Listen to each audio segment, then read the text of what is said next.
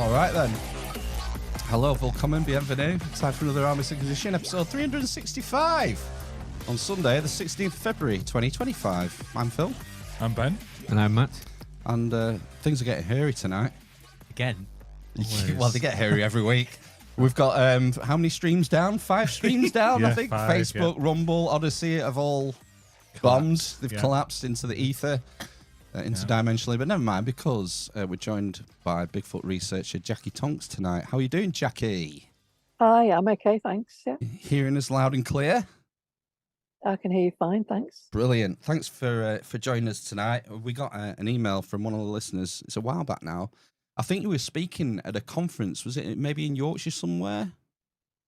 I've spoken at quite a few conferences, but the Weird Weekend North, that's one at Manchester, and I've done ones in Lancashire and ones around Reading and sort of London. So yeah, quite a few different ones. So yeah. Yeah. Maybe before we get into Bigfoot and maybe other cryptids, tell us a bit about yourself and your background and a bit of a biography. Yeah, I do a completely different thing. I'm a social worker normally, my work. My background, I degree in psychology initially. Initially, I thought about being a vet and a zoologist, and then I went on different paths. But I think my hobbies have obviously gone into interests related to that, my hobbies. And I've got particular interest as well in paranormal investigation as well. I've run groups and been in other groups, taking part in investigations. So, but my big sort of interest is sort of especially relic hominids and Bigfoot and the Almasty, the Russian Yeti as well. I've been to research looking into that, and the Himalayan Yeti. So yeah, that's one of my real sort of interests. Yeah. What was like the catalyst from going between sort of interested in psychology into getting onto all this cryptid stuff?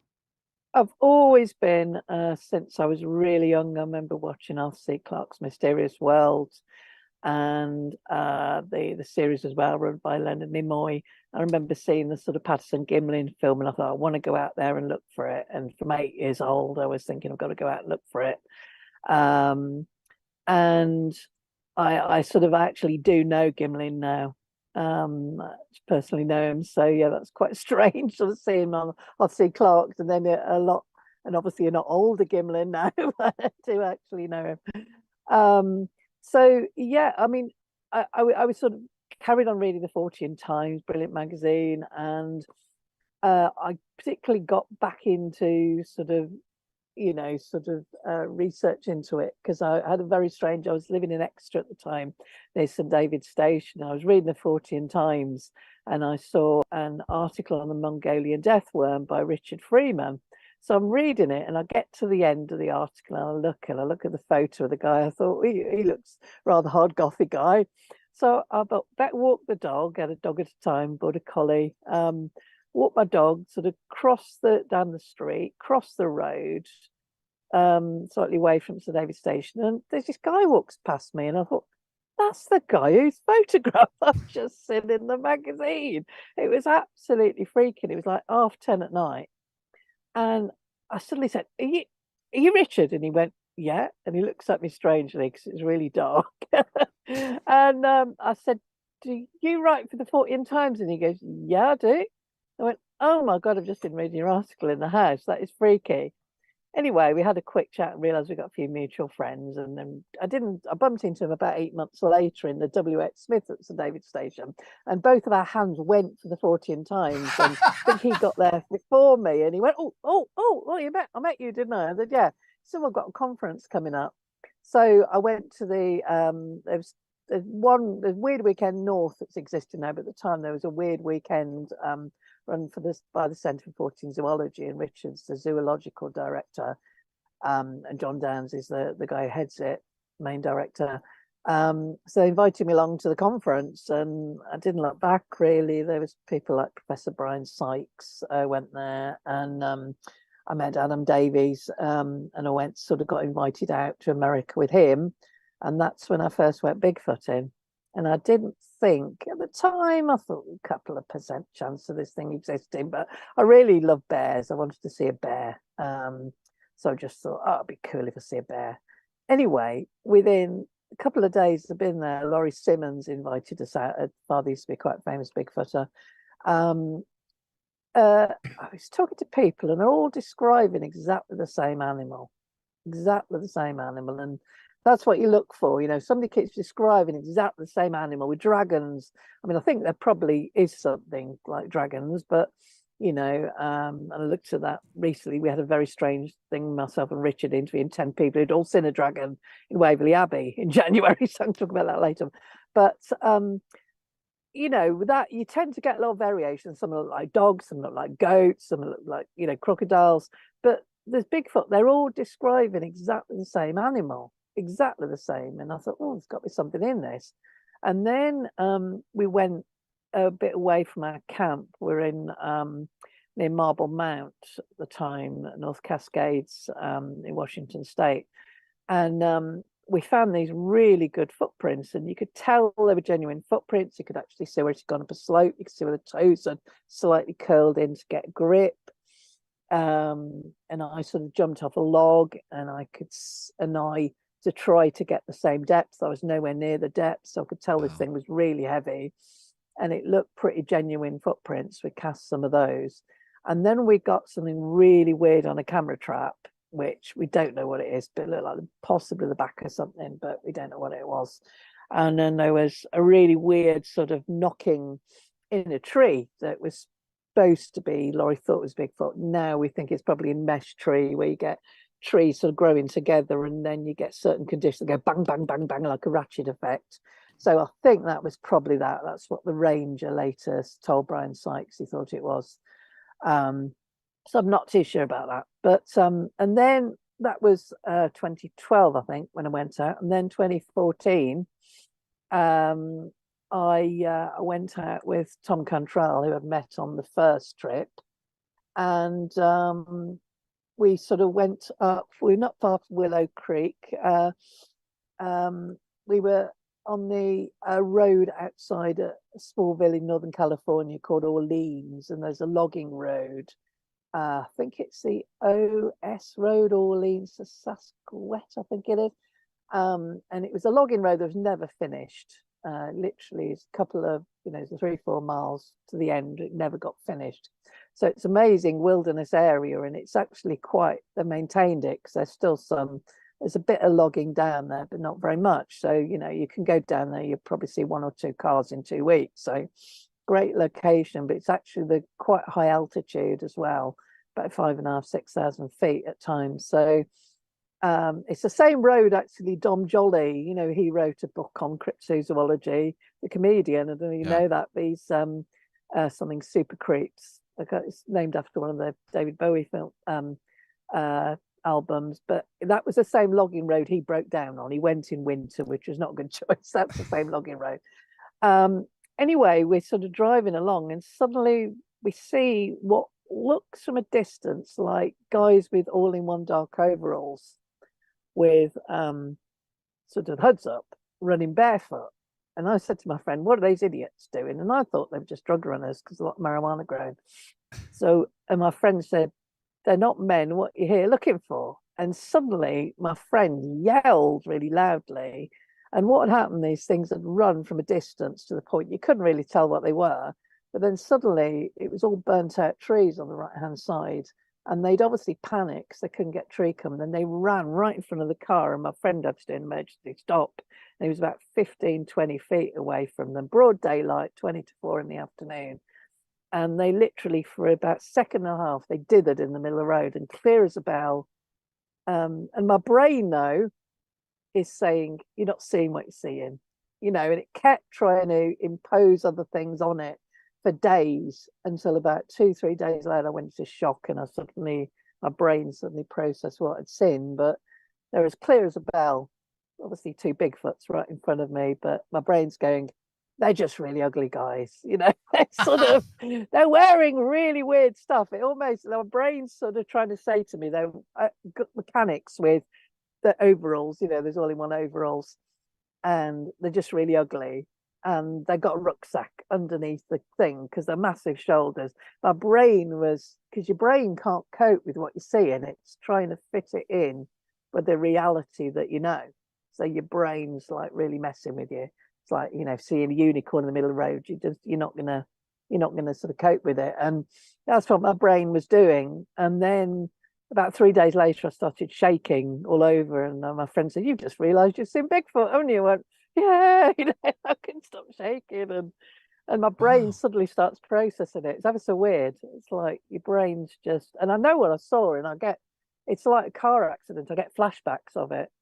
And I was in a documentary a while back called Bigfoot Around the World, and by Warren Speed, is also known as a horror star. He plays the horror clowns, but he also does documentaries. And we were trying to sort of find, because I thought David Paulides, who does Missing the 411 detective in America, he went around in the Hooper Project book, and he got him and Harvey Pratt, who's quite a famous forensic artist. I think he was the one who did the profile for Bill Mundy.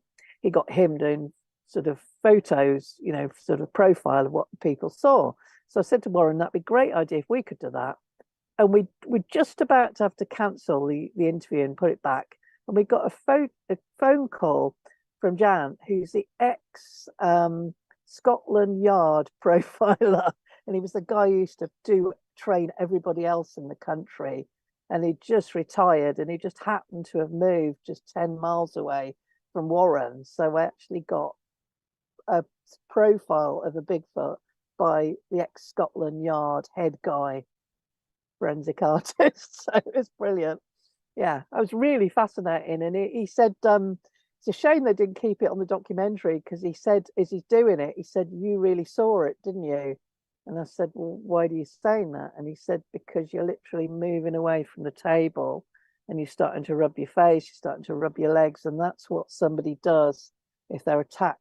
You know, say somebody who's been attacked by somebody, and somebody who's really genuinely, you know, had an incident as a police officer. That's what you look for.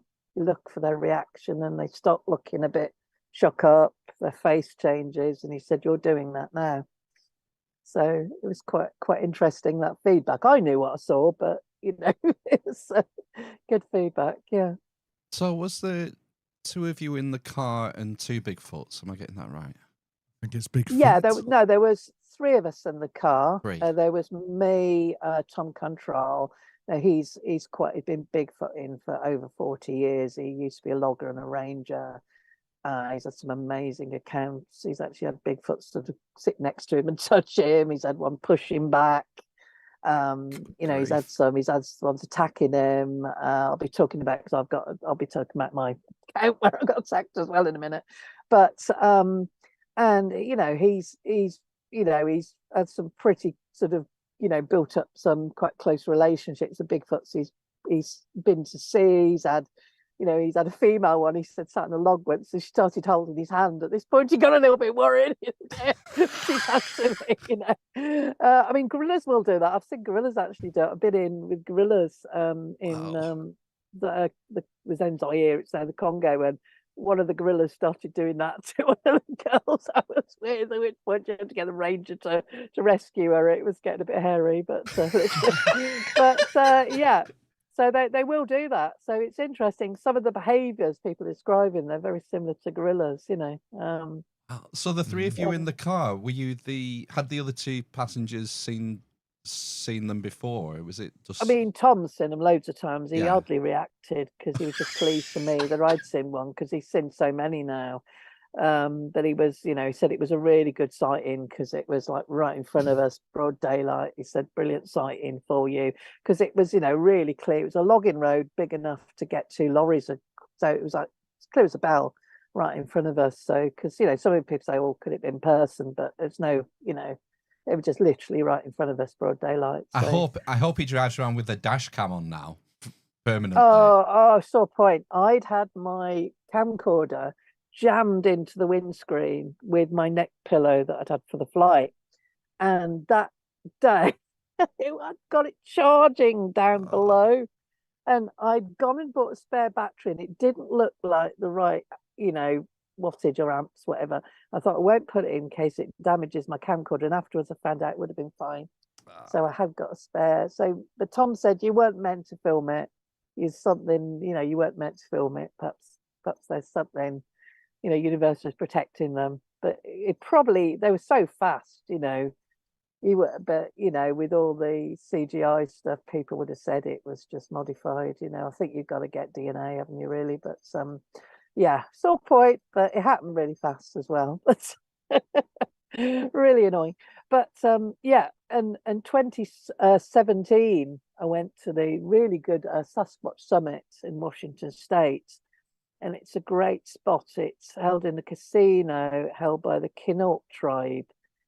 And they have quite a good relationships with Bigfoots. They do some amazing artwork as well. I've got one of their T-shirts done by First Nation people, you know, the traditional images. And they look, you know, like an apey gorilla, the images. And they've got a really good relationship with Bigfoots there. They were telling me, there was a sort of brother and sister who were telling me that there was a elderly chap around there who used to feed a Bigfoot. And it would sit on the bench with him, and they'd all watch from behind a bush because they were terrified. And they'd sit together on the bench, and he'd just give it food. And this went on for 10 years, and then he died, and then Bigfoot just disappeared. But they'd had a hotel there. They supposedly had him outside the hotel on the beach. So, you know, because it's right on the beach. So quite amazing. But when we went as Brooklyn, who films the summit, who normally works in television, me and him had a thing on a Saturday night. We'd always go out and try to do a bit of Bigfooting because, you know, it's literally got Bigfoots around the area. And we asked Johnny, who runs the summit, and he said this was in 2017, we'd had solid activity 2.5 miles away. So he gave us a rough area. So we drove down, we parked up. And it was a little bit, there was a bit saying, do not go past this point. So I thought it, get shots, you know. So that was a little bit, it was a bit weird because it was like a really narrow logging road with really dense trees. And it didn't make sense unless they hadn't been thinned out. It was just a bit of a strange area. It didn't look like it'd be very easy to get logs out of there, whether they just had to thin it. It didn't look right. And we didn't make sense why it said don't go any further with it. Anyway, he started doing the wood knocks, and he's quite good on the howls. I'm very good on them. They make this whoop whoop noise. Like, I can't do it because I've got a sore throat, but they make this sort of whoop noise. So I was pretty good at that. Now I've freaked people out, and they've thought it, you know, a couple of times I've done it. People have freaked out because I thought it was a Bigfoot because I was supposed to have it dead on, and I can do it. I can't do it tonight.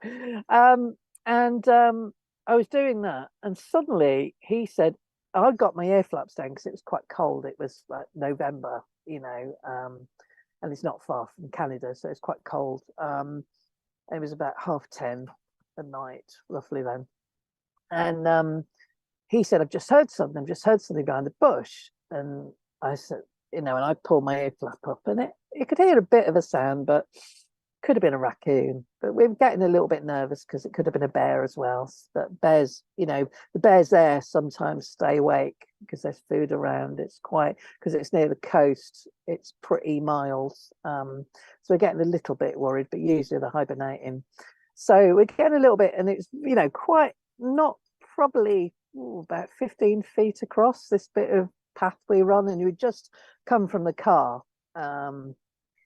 And it was probably about quarter of a mile from the car, half a mile from the car at most, probably about quarter of a mile. And suddenly we heard this rustling, and I just thought it's probably a raccoon or something like that. So, and suddenly a pine cone lands at our feet. Now, it was just this pine cone. We thought perhaps it just bounced off the tree, so we didn't really panic at that point. And then 2 little stones come flying in front of my face. At this point, you know it's got hands. It's not, bears can throw a bit like that, but they can't throw with that precision. And it was literally 6 inches from my face, you know, just shot right, 2 stones, little stones straight after the other. And I thought, whoa. And at this point, Brooklyn starts to panic. Now, persuaded him not to bring a gun because he had got a gun. I said, just please don't bring a gun, just in case you freak out. But he insisted on bringing a little machete and a torch. So at this point, he starts freaking out, thinking it's somebody messing with us. So he starts swinging his torch around, and then he pulls out his machete and he said, "Stop messing with us," thinking it was a person. And suddenly it was probably about that big, comes hurtling out at the undergrowth, a massive force like a shot putter, and goes into the ground. And the ground, it wasn't frozen, but it wasn't that soft either. And it literally smashed a load of little stones it hit. And it was literally probably 1.5 feet, 2 feet from us. And it was massive force. And we thought, whoa, this ain't it's somebody, with a catapult or a champion shot putter. That is not a human. And we were both freaked. And people said, "Oh, why did you stay there? Get a shot." I was like, no way. Because if that hit your leg, it would have just smashed your leg, or it hit your skull, you'd be dead instantly. So we just legged it. So we were running as fast as we could to the car. Oh, my trousers start coming down. So I go, "Don't leave me, Brooklyn." My trousers. So it's quite amusing. We're both screaming like girls. I tell you. He's got normally a deep voice, even he was screaming like a girl, and we're just like yelling like hell, running. And people say, like, why did you film it? You don't. You're terrified. I mean, people say these things, but you're terrified. I mean, I got chased by a hyena in Africa. You don't stop. You just, you're in primal mode. You just get out of the way. Anyway, we got back to the car, and it was quite funny because Brooklyn's he was born in Bradford, but he's lived in America most of his life. So he's got an American accent, but his American accent just went into English. He must have been really stressed. And then we got back to the car. He'd gone back into American accent again, which is quite weird. And then I said to him, "Look, Brooklyn, I could get a thermal image of the car engine when we were up there. I reckon if it comes onto the path, I'll get a thermal of wherever it is if it comes on the path." So very reluctantly pulled his car sideways. So I put the window down because obviously you can't get a thermal through the glass. And suddenly I see this red thing coming towards the car. So I start yelling my head off, thinking it's a head. He starts yelling, both screaming our heads off. Then I went, "Oh, it's my finger on the end of the thermal." And I will not repeat his language at this point. He just freaks out. He just speeds off. All this gravel's hitting us in the face, and we had to keep stopping the car because we were like still really shook up. But yeah, so I'll have to be careful not to stick my finger on the end of the thermal in future. But it was you are absolute. This thing was 5 feet away, so probably about 5 feet away. So I think the reality when it hit through the bigger stuff, you just thought, whoa, this thing's powerful. If that hit me, and I mean, gorillas can rip your arm off, so God knows what Bigfoot can do. Rip your head off, no problem, probably. So you're just thinking, whoa, I wasn't going to stop there. Was there any like animal noise associated with that event, or was it just the rustling sort of sound? It was just the rustling, but whatever it was, I mean, nobody. I mean, Johnny had told us, but there was no other way of anybody else getting in there because it was just like you got the car, you could see where the car was. I got the thermal, so I would have seen other cars. It was just this very narrow, probably as a 15, 18 feet cross path. Nothing else coming off it. So, and the undergrowth was so thick. That was the weird. It was quite thick. It was almost like a hedge. It was quite bizarre, almost like it was designed to kick something out or in. So, that there couldn't have been really anything else. Couldn't have been a human, I wouldn't have thought. And they would have had to follow us in if it had been a human, and there wouldn't have been. Could have been a hunter, but he'd have to get rocks up his, so the stand, whatever, if he was sat on a stand. But it was our level, but it was Brooklyn's just over 6 foot, I would guess. And this thing, the things were being thrown from. I mean, he reckoned he heard a hoof sound, which is why we panicked a little bit at one point. We thought it might be a bear. And he said that came from about 1.5 foot above his head. So that's 7.5 foot, 8 foot, this thing. So about Bigfoot height, and it was completely flat ground there. So yeah. And the things I saw on the road, I said they were 6.5 and 7 foot, and my friend said they were 7 and 7.5 feet because he's ex-forces as well, been a ranger and logger, so he's probably better at judging height. So that fits in with most of the sightings, does it? 7.5 yeah, feet. I mean, yeah, they say the ones in Canada can get massive. They've often said 10 foot, 10 foot, even 12 foot, which goes, you think about polar bears. Polar bears are massive when they stand up, and the colder it gets, the bigger the animals get to retain body heat. So, and the ones in Canada are a lot more aggressive. You know, they say the skunk apes are quite, the smaller Florida Bigfoots are quite aggressive, but it's like a smaller animal, isn't it? Must be more aggressive to protect themselves. But, you know, in other bits of America, they're, you know, they say they can kill and abduct, eat people, but the Canadian ones are supposed to be the really aggressive ones, and there's more scarce food there. So you wonder if bears that's are more likely to eat you in Canada as well. So you wonder if it might be linked to the bear population, like where there's more bears, Bigfoots are going to be more aggressive naturally. Possibly, if they have to protect themselves. Yeah, I mean, I suppose in evolutionary, you know, if you have to sort of defend yourself, you're gonna have to be more aggressive, aren't you? Possibly, yeah. You mentioned about the North American tribes earlier that were involved in the conference. What's like the history like as far as Bigfoot sightings, and you know, how far does it go back as far as like oral traditions and I North mean, American almost tribes? every tribe has a description of Bigfoot. They've often got different words for Bigfoot. So that's quite interesting. All the different tribes are talking about a very similar animal. Some of them say, sort of talk about it being a cannibal giant. Some of them say it's fine as long as you leave it alone. So I think, you know, different ones have got different experiences with it. And sometimes, you know, in the same area, different tribes. When I was in Northern California, you got the Hooper tribe, and I can't remember the other tribes, but the one tribe, Hooper, I think, are okay with it, and then tribe next, literally that shares the land with them, weren't okay with it. They said it was a cannibal giant. So, you know, you've got different views on that. But if you go to the Museum of Anthropology in Vancouver, they've got an amazing collection of carved Bigfoot masks, and some of them are very old, and they all look like a gorilla type hominid thing.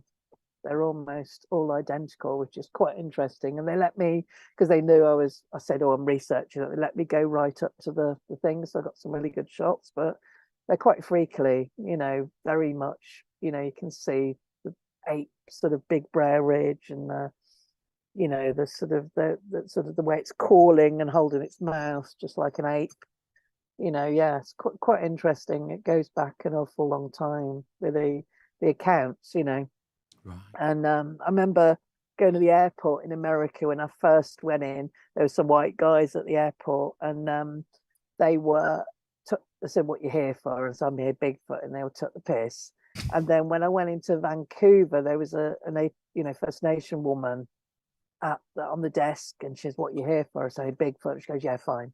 And I went, "We didn't take the piss at me like the others." And she goes, and she just looked me right in the eye. She goes, "I know it exists." I went, "Oh, okay, good one." So, yeah. So yeah, she didn't. She just took it completely seriously. Yeah. I just noticed a question in the chat. Helen said the question we all want to know, because you've mentioned Bigfoots in Florida, Pacific Northwest, North Carolina. Are there any Bigfoot in Britain? No, I don't think so. I think anything if we're seeing, it's probably paranormal. I think, I mean, there's the weird thing, the man-ape thing on the Shroppi Canal, that it was even seen relatively recently. I think somebody in the 90s saw it. I think it was a thing in the 18th century, and that's supposed to be like possibly a ghost, or supposed to be a ghost of a drowned man that presents like an ape.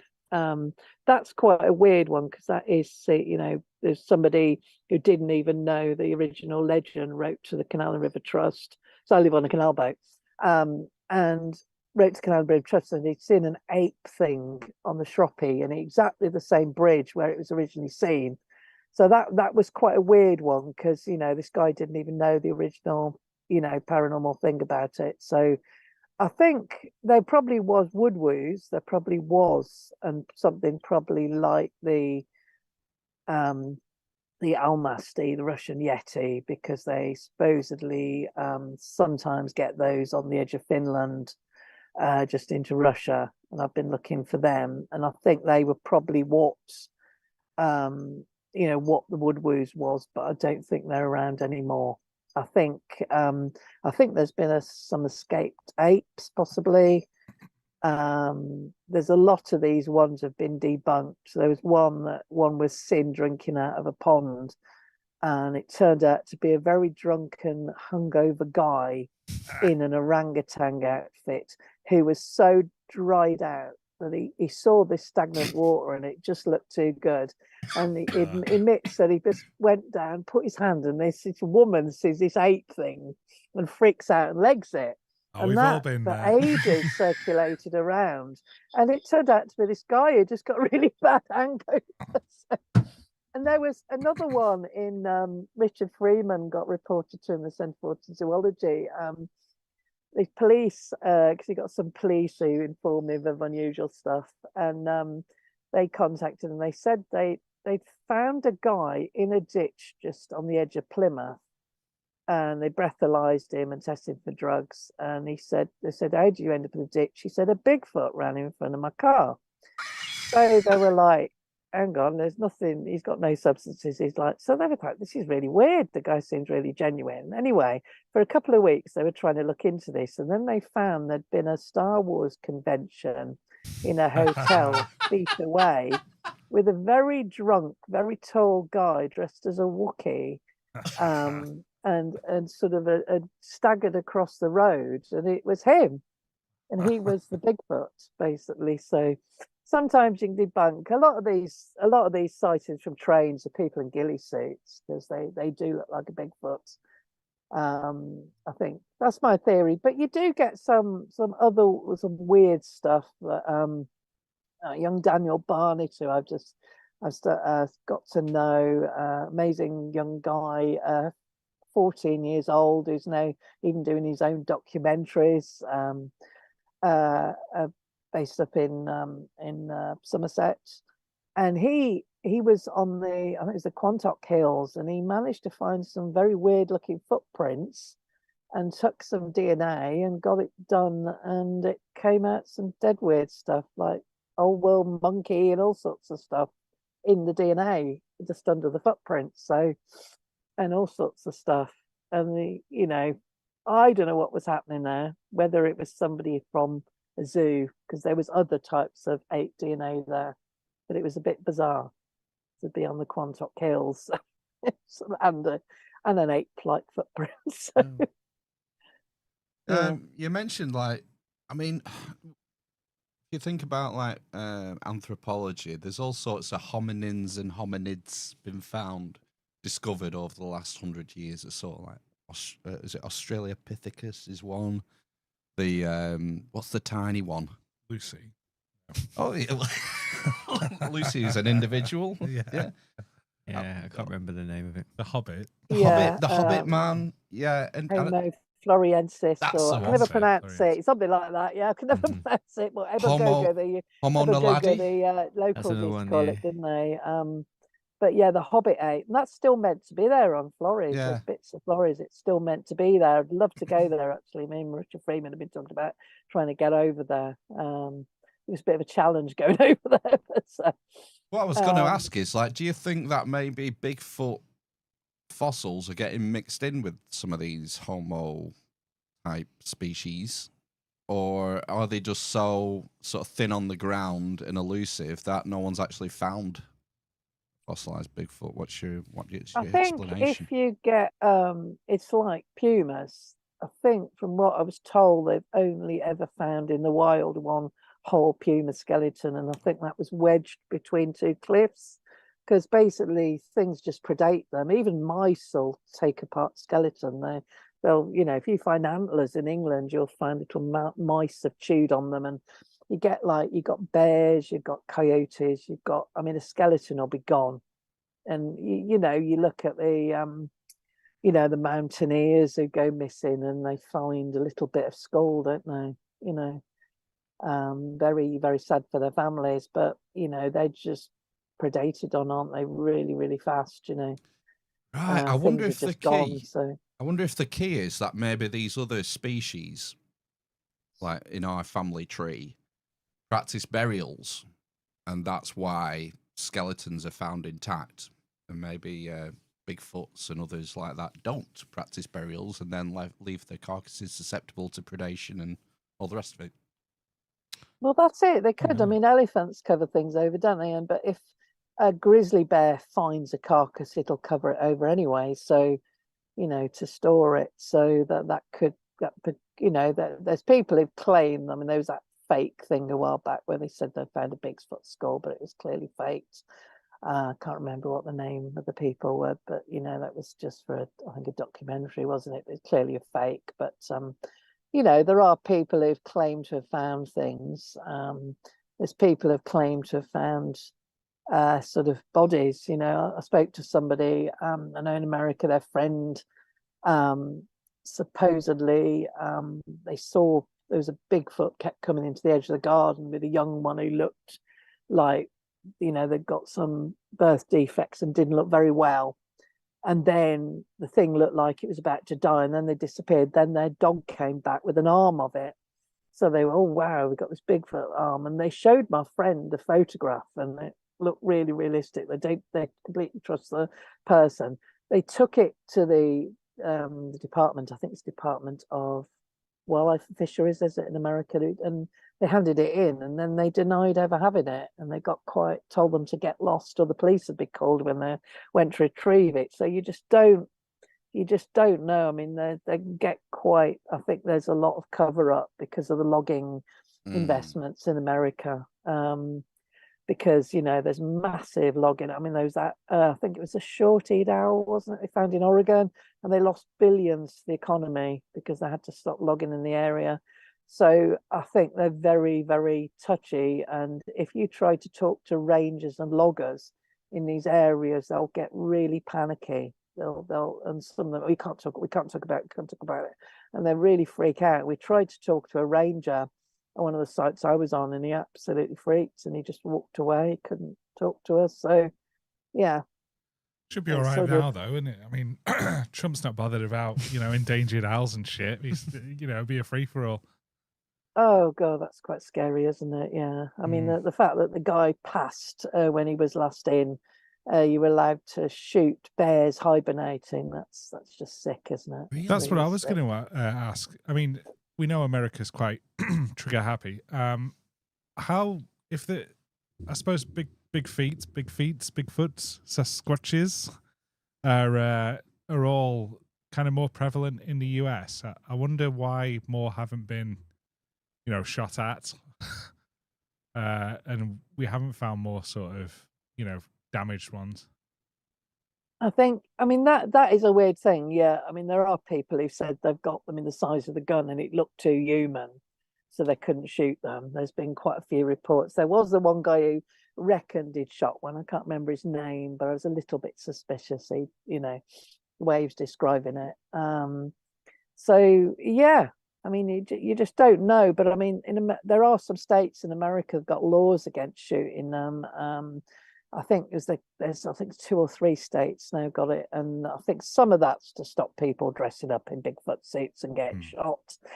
There was a guy when I was there actually shortly, just as I was leaving, who'd got a bit drunk, went on the road and got run over in a Bigfoot suit. So, and you could possibly get shot. So I think it's partly, but there is I think it's the Californian law. It's actually in the Hooper Project book. It says about that if you shoot it and it looks like an ape, you'll get had for shooting a rare animal. And if it's found to be human-like, you could get had for murder. Actually says that in the law, so that's quite interesting. So yeah, it's probably to protect people from going gunno and shooting each other, but at the same time, might not be. And supposedly the military have guidance of how to cope with them if they find one.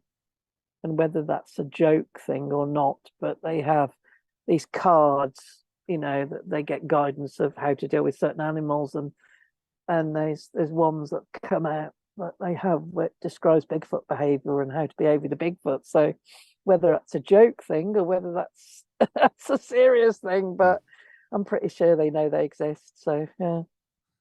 An interesting comment from Matt Apocalypse. He says Denisovan remains are very scarce. Some anthropologists are suggesting that they were larger and hairier than us to survive the cold mountainous terrain. I wonder if there could be a link there. Possibly. I mean, they've only found is it a little finger or knuckle or something? There's hardly anything ever been found of one. They're based. They're in Russia mainly, I think, aren't they? Denisova caves in Siberia, I think.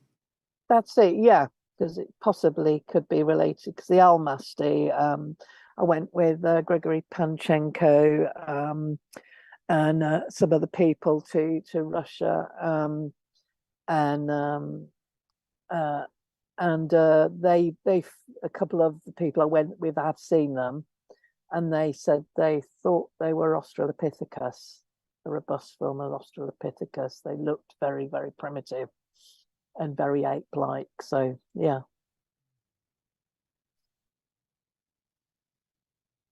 Bigfoot questions, Matt. You're very quiet. I know. What is it that you want to know about Bigfoot? Well, I was more interested in. I didn't realize there was different types of Bigfoot or big feet. So you said, how many are there then? Are they just in the Americas then as well? Canada, and some people talk about them being in South America as well. And there's possibly similar animals that go into Russia as well. In Russia, you get descriptions of really large ones that could be, Bigfoot type animals or Yeti type animals.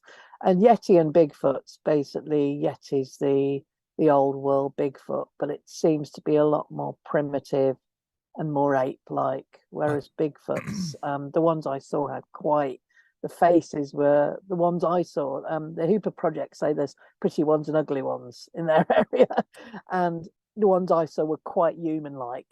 The best description, the actor Xavier Bardem. I do. Javier. Yeah. Yeah. It looks a bit like a really ugly version of him, the ones I saw. Which one? Which? I hope I'm never on a chat show with him. I'll die. Which one that, looks like Javier? Kill me, but his wife probably won't be too happy either. But yeah, but that's the description. They were surprisingly human looking. The nose was like a proper human nose, but it's like really quite flat, quite broad. So I think these large-footed creatures seem to be northern hemisphere bound. I'm thinking, is there any similar tales in the southern hemisphere? Because I know we have, or is that where like Mothman and Chupacabra and things like that are from?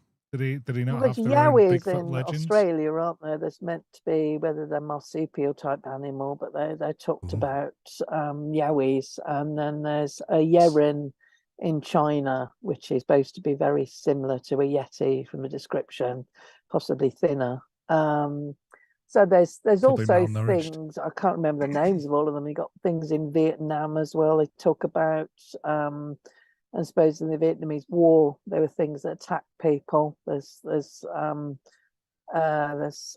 wartime stories. The guy talks about that in there. There's sort of a podcast about them being attacked by Bigfoot type creatures in the jungle. I think that there's a lot over the world. Really, there's a lot of different ones. I think whether I think sometimes people start interpreting stuff because you can watch a program and then you start interpreting stuff as a Bigfoot because that's what's in your head. I think you're primed. I think you have to be careful of that, because I had a description a while ago of something in France, and somebody said something came up and then they heard it running away. Well, it could have been the type of Bigfoot. It could have been, well, they got sort of wild hogs around there. So it's what you're primed to think it is. Like, I know with a English Bigfoot, you hear a cracking of a branch and people say, oh, it's a Bigfoot. or you hear something, whacking a branch, it's a Bigfoot, but it's because your brain's primed, and there's a lot of different things could have caused that. So I think you have to be careful of that, really. But that's an interesting thing, because you mentioned about your background in psychology. The fact that you're going out there with the purpose of finding a Bigfoot, are you not priming your own psyche in some way? it can be, yeah. I mean, it's like if you're paranormal investigation, if somebody says to you there's a white lady in a house, you'll see a white lady. Your brain will create it, because your brain hallucinates a lot of what we, a lot of what we see, our brain hallucinates it, so projects it onto the retina. So, if say we're in your house, you hallucinate a lot of what you see because your brain would get completely burnt out otherwise. That's why if you burgled, I've been burgled and I didn't actually see the things that had gone. My brain was still seeing them for ages. And then I suddenly realized they were gone because somebody else punched out, Wow. Your brain recreates a lot of what you see around you. And I think people don't realize that. It's a guy called Professor Chris French, I've been in groups with, and he sort of talks a lot about that brain does, create a lot of what we see. So it's very easy. It's like if you're walking along the street and you'll think you're seeing one of your friends and you'll go up to that person and you're actually seeing them because your brain's creating it. And then you go up to the person and you say, hello, so-and-so, and they'll go look at you strangely. And then suddenly you'll go, oh, hang on, it's not you. And your brain has projected that image. It's just to sort of save on burning yourself out and tiring yourself out. But, we do. And I think as well, there's also genetic memory. Richard Freeman talks about the monster global template, that we might have these like memories, genetic memories of things from the past that were a threat to us. Now, we all have genetic memories of snakes and spiders. Like if you see something scuttling across the floor, your brain will think it's a spider, although it might not be, might just be a leaf outside, or or something goes like that. Even Eskimos who don't see, in areas that, Alaskan Inuits in areas where they don't have snakes, will still react because it's a genetic memory. And they reckon we could have big cat recognition, dark big cat, because they would have been melanistic saber-toothed tigers, So there's a theory that some people see big cats because their brain is primed to see them. And it, there's also a theory we see, we could see a giant ape as well. So sometimes it could be our brain projecting these images as a protective defense. That's one theory, that's what's happening. So yeah. I mean, our species has lived simultaneously with loads of larger, like we're kind of like the weakest that made it, aren't we? Yeah. We had like Denisovans have been mentioned, all sorts. Neanderthals, famously, who we might have even bred with. Exhibit A, sat to my right. But so that would make sense. That we would have been in competition with a lot of these species. There could have been into tribal war and all sorts. So there could well be some sort of genetic memory that's been passed down. It's like the old cats. I mean, Richard Freeman says, why do you cower when something goes in front of the sun? There's something that there would be some, he reckons that could have been a genetic memory of dragons. Could be, there used to be giant birds that used to prey on people,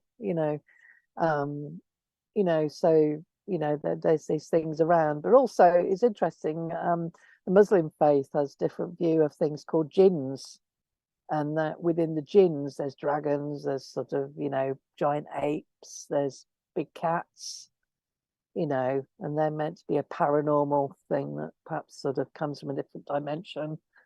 So that's interesting comparison to that as well. So I'm just looking at the time. We've got about 10 minutes left, if that's all right, Jackie. I was just wondering if we could maybe have a look at the Waverly Dragons story that you mentioned briefly before. Maybe talk a little bit about that. Yeah, that was a friend of mine, Darren. He sort of paranormal investigator, went down with a load of friends. It was not this January, the previous January, and they was at the end of December. It's end of December, beginning of January, I think, and they they basically have been doing a paranormal investigation at Waverly Abbey, which is not far from Brighton. It's an amazing spot. It's like an old abbey. It's next to a river. There's a stately home next to it. Lovely spot in Essex. And they were in one of the buildings of the abbey. It's also derelict, and they were doing a bit of table tipping, paranormal investigation. And suddenly they saw something. They sort of heard something coming down the river that was disturbing the birds, and it was night, but all the geese and the ducks were panicking, and something seemed to be going along the river, perhaps flying along the river, that was upsetting them, because they all like reacted, quickly to this thing. And then one of the ladies looked over not far to the left of the stately home and saw what she described as a 30-odd foot dragon fly over one of the trees, which is really strange. And then they went out and they saw, she was the only one who saw the big one, but the others saw two smaller ones that landed on part of the abbey. And they described them and have the typical forked tails. And they said, and the lady saw the really big one, and the people saw the smaller one, said they all had like bat-like wings. And she said the larger one sort of turned a circle and came round, and it was moonlight, so they could see relatively well. And we asked Darren, it was running it, sort of not try to stop them all conferring, so before we could interview them, and they agreed to not speak to each other that much. And the only thing, there's on the site, there's something called dragons, I think, teeth, which is something they used in the Second World War to possibly stop tanks, and they thought they were going to be invaded. So that's a possible priming thing for dragons there. And there is the Essex dragon sighting, possibly an escaped crocodile around there hundreds of years before. So there is, and we found out they did film some of Game of Thrones not far from there, but it's all CGI dragons. And we looked in, there's like a college nearby, arts college, had they created a dragon, but this was in the evening. They wouldn't have been flying things in the evening, and the description didn't sound like a kite, and they actually landed on one of the buildings. So it was all really strange, and there were 10 adults, and they all described exactly the same thing. There wasn't hardly any variation at all. Wow. And when was it, Jackie? This was, I think it was, I can't remember the exact site. I think it was at the end of December 23 or beginning of January. We interviewed them in January. But I think the sighting was right at the end of December, but it was in the Fortean Times magazine, or there was an article in there about it. So we're hoping to get another article and interview them all again soon to see whether their views have changed on things. But were the 10 adults in a party, or were they separate groups, or they were all in one group? Yeah, right, all involved in this paranormal investigation. But they were all like deadly serious. They're all, and I was getting them, I thought, were they just rubbish at, perhaps it was a bat in large, because it was the wrong time of year for bats, but it could have been, I thought, there's some lights in front of the manor house. Could it have enlarged the bat? Could you get projected image? But I mean, they were like deadly, they gave real detailed descriptions, the tails, and it didn't sound like a bat at all. We were, I was trying to sort of, there was explanations for it, but it didn't. And I said, could it have been heron? Because they're a little bit dragon-like. And then one flew past as we were interviewing them. I said, oh no, it's nothing like a heron, nothing like that.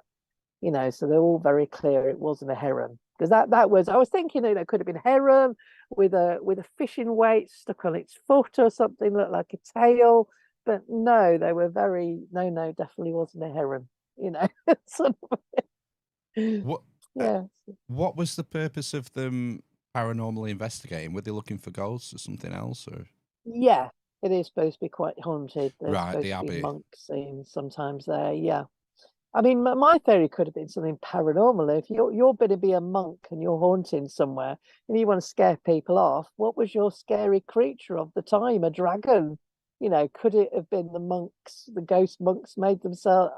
You know, if you've been really far-fetched theory, you know, if you're going to be a ghost and you're going to make yourself look scary to scare people off your abbey, you're going to make yourself into a dragon, aren't you, if you're a monk at that time? So, you know, was it a bit like, you know, I was saying about the man monkey earlier, was it something making itself really scary? Something else, you know, just bizarre though.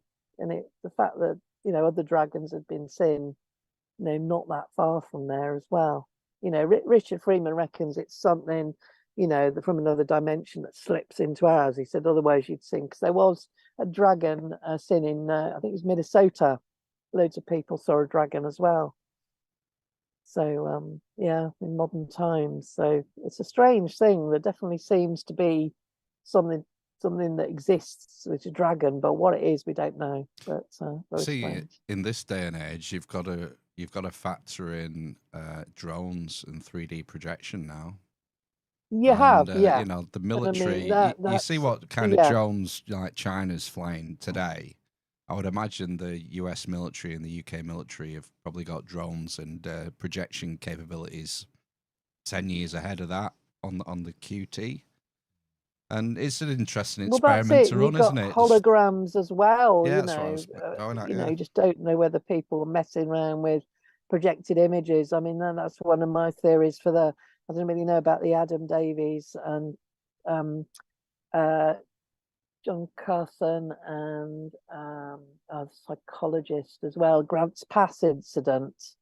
I don't know whether you know about that in Oregon, where they saw that really weird thing look like a portal, and then it looked like almost little Bigfoots or hairy aliens in it, and it was just, you know, they absolutely got freaked out. But it almost sounded like a hologram to me, because as soon as they shone a torch on it, it disappeared. So I think you can get sort of either people messing around with things or people misconstruing. You get these disco projected images, don't you? These massive discos, they have those laser images, and I've seen those and they look absolutely freaky sometimes. I've been fooled by them a couple of times. They're like, what the hell's that? And it's a projected image, you know, on a laser. Yeah, something to bear in mind, isn't it? It's probably going to get more and more prevalent, you know, as we go forward. As this, you know, holographic projection technology becomes mainstream, you get consumer sort of level, you know, we're talking a decade or 20 years from now, maybe we could all be projecting dragons on the river. Couldn't we? Have 3D dragon walls. It, yeah. Yeah. Anyway, Jackie, tell us what you're up to. Like, what's coming up for you? What have you got planned for like the rest of the year before we wrap up? Weird Weekend North. That's connected with the Centre for Vaulting Zoology. We've got a conference up in Rixton, Glazebrook, and that's beginning of April. And I'll be myself and Richard Freeman will be talking about the Waverly Dragons there.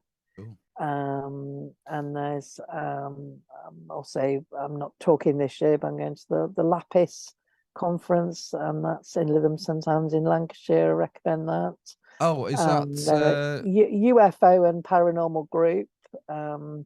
They've been running one of the longest running groups. When's the Lytham St Anne's one, Jackie? That is, I can't remember the exact dates, in November, but it's Lapis, LAPIS. So if you look it up and capital letters, and then it's not linked to New Horizons, is it? No. All right, might be the same venue. I don't know. I'll check that out. So it's not so down the road from us. Yeah. Have you ever spoke at New Horizons? No, I'm not familiar what it is. No. All right. Well, it's at Lytham. It's like a once a month thing. Right. They get speakers on all sorts of subjects. Right. Yeah. I'll send you a link. It might be yeah. Thank you. Right. So plenty, because you're going to be touring a bit then for the rest of the year. Yeah. I'm also doing researching Jeff the Talking Mongoose as well for the 4th year, which is, I don't know, the weird foul-mouthed poltergeist manifested as a foul-mouthed talking mongoose of the Isle of Man. It's not there anymore, but me and my friends we're obsessed with it. Mr. Freeman and Lapis, so we all go over, and we've possibly got 2 actors. One of them who appeared in the Simon Pegg Nando Favour and the Talking Mongoose. He might be coming with us. So yeah, that's quite interesting. So cool. Right. Well, I think we should wrap up then. It's been fun. Thanks for joining us, Jackie. Yeah, thank you. Okay, And, thank you. Yeah, people who are interested, if you're local to those places like Lytham, do some research, find out when they are, and go along. Yeah. Right. We shall sign off for this part, and us 3 shall return in 10 minutes for part 2 and do some news. We will. Yeah. All right. Thanks again, Jackie. It's been a pleasure meeting you, and good luck with all your speaking engagements for the rest of the year. Thank you. All right. See you soon. Bye. Bye. Okay. See you Thank you. soon. Bye.